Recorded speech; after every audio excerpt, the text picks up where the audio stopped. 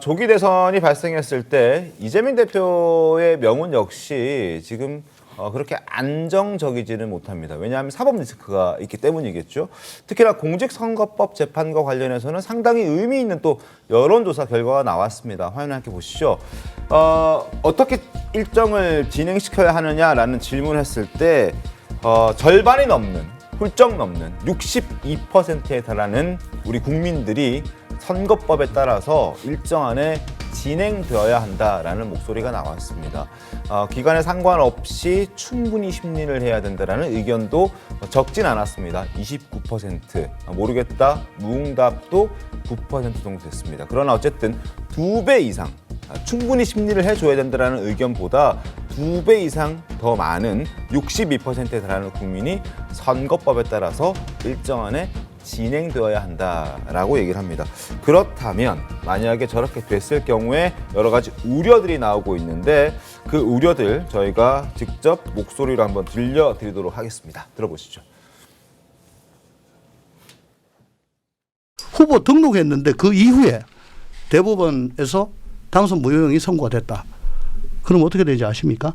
어떻게 됩니까? 후보 등록됐는데 후보가 죽어요. 네.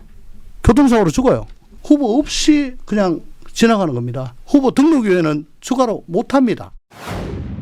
확정됐잖아요. 민주당은 후보가 이재명이거든요. 그 선거운동이 들어갔어. 근데 대법원 판결이 딱 나와버려. 그 다음에 후보를 못 내요. 다음엔. 그러면 누가 가는 겁니까? 그냥 공짜로 국힘이 그냥 가져가 버리는 거거든요. 다시 한번 또 유죄가 나온다라고 한다면은 민심이 확 흔들릴 수가 있거든요. 자, 저렇게 일단 예정대로, 그러니까 633 원칙을 지켜서 지금 재판을 진행시킬 경우에 지금 조응천 의원이 전 의원이 얘기했듯이 최악의 경우에는 더불어민주당은 후보 없이 대선을 치르게 될 수 치러야 있다. 되는 그런 상황도 올 수 있다. 뭐 이런 목소리도 나오고 있거든요. 조윤선 변호사님 어떻습니까? 너무 극단적인 주장인 것 같은데요. 지금 여론조사 결과도 저는 마찬가지라는 생각이 드는 게 물론 원칙에 따라 재판을 진행해야 한다는 것에 대해서 많은 국민들이 공감할 수밖에 없겠죠. 네. 그렇지만 질문의 전제가 좀 잘못된 게 아닌가라는 생각이 듭니다. 이재명 대표에 대한 선거법 사건 자체는 네. 우리나라 대한민국 헌정 사상 네. 대선 상대 후보를 상대로 패배한 후보에 대해서 선거법 위반을 이유로 해서 기소한 첫 번째 사례입니다. 그 부분을 많은 국민들이 간과하고 있는 것 같아요.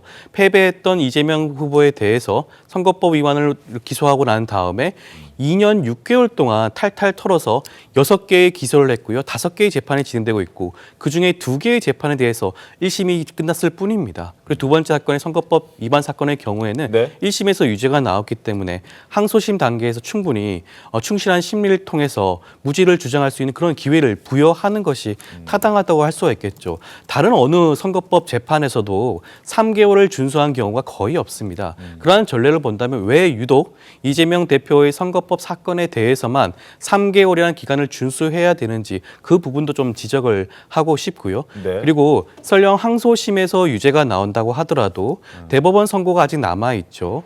저는 대법원 선고가 그렇게 조속하게 날 가능성 좀 낮다고 보는 것이 일단 대선을 치를 후보가 선출되고 대선을 치르게 된다면 사법부가 국민들의 선택을 방해하는 그러한 조치를 할 것이라는 생각은 들지 않고요. 일단 대통령으로 선출이 된다면 우리 헌법상 내란죄와 외환죄가 아니라면 형사소추가 되지 않습니다. 그렇다고 한다면 아마 대법원 재판 자체가 중지될 가능성도 있다고 생각이 들고요. 그렇다고 한다면 지금 말하고 있는 선거법 사건과 관련된 각종 리스크라고 하는 것은 네. 이번 이재명 대표의 후보 선출과 대통령 선거와는 좀 무관할 가능성도 있지 않을까 생각도 듭니다.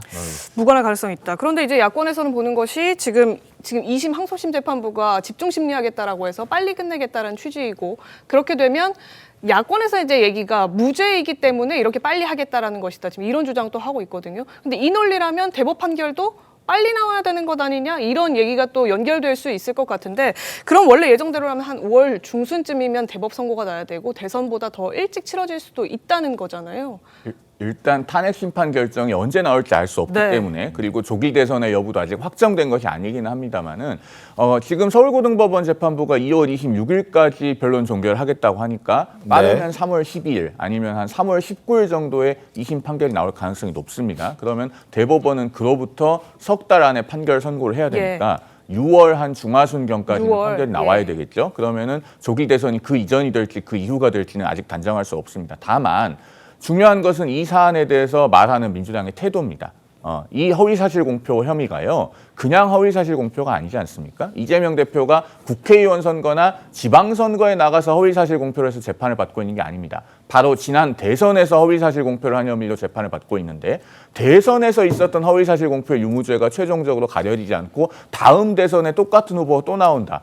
이걸 우리 국민들께서 납득을 못 하시는 겁니다. 조금 전에 절차를 빠르게 진행해야 된다, 법대로. 네. 라고 응답하신 그 응답자의 비율이 62%나 되는 것이 바로 이 지점이거든요. 네. 우리 언론에서 대선 허위 사실 공표라는 용어를 정확하게 쓰고 있지는 않지만은 이미 국민들께서는 그 사안의 본질을 정확하게 인식을 하고 계시는 겁니다. 그러면요, 민주당에서 정말 이재명 대표 억울하다고 생각하면 우리 빨리 무죄 판결 해달라. 우리는 혐의를 벗고 당당하게 이재명 대표가 대선에 나가는 걸 원한다. 이렇게 논평해야 정상이에요.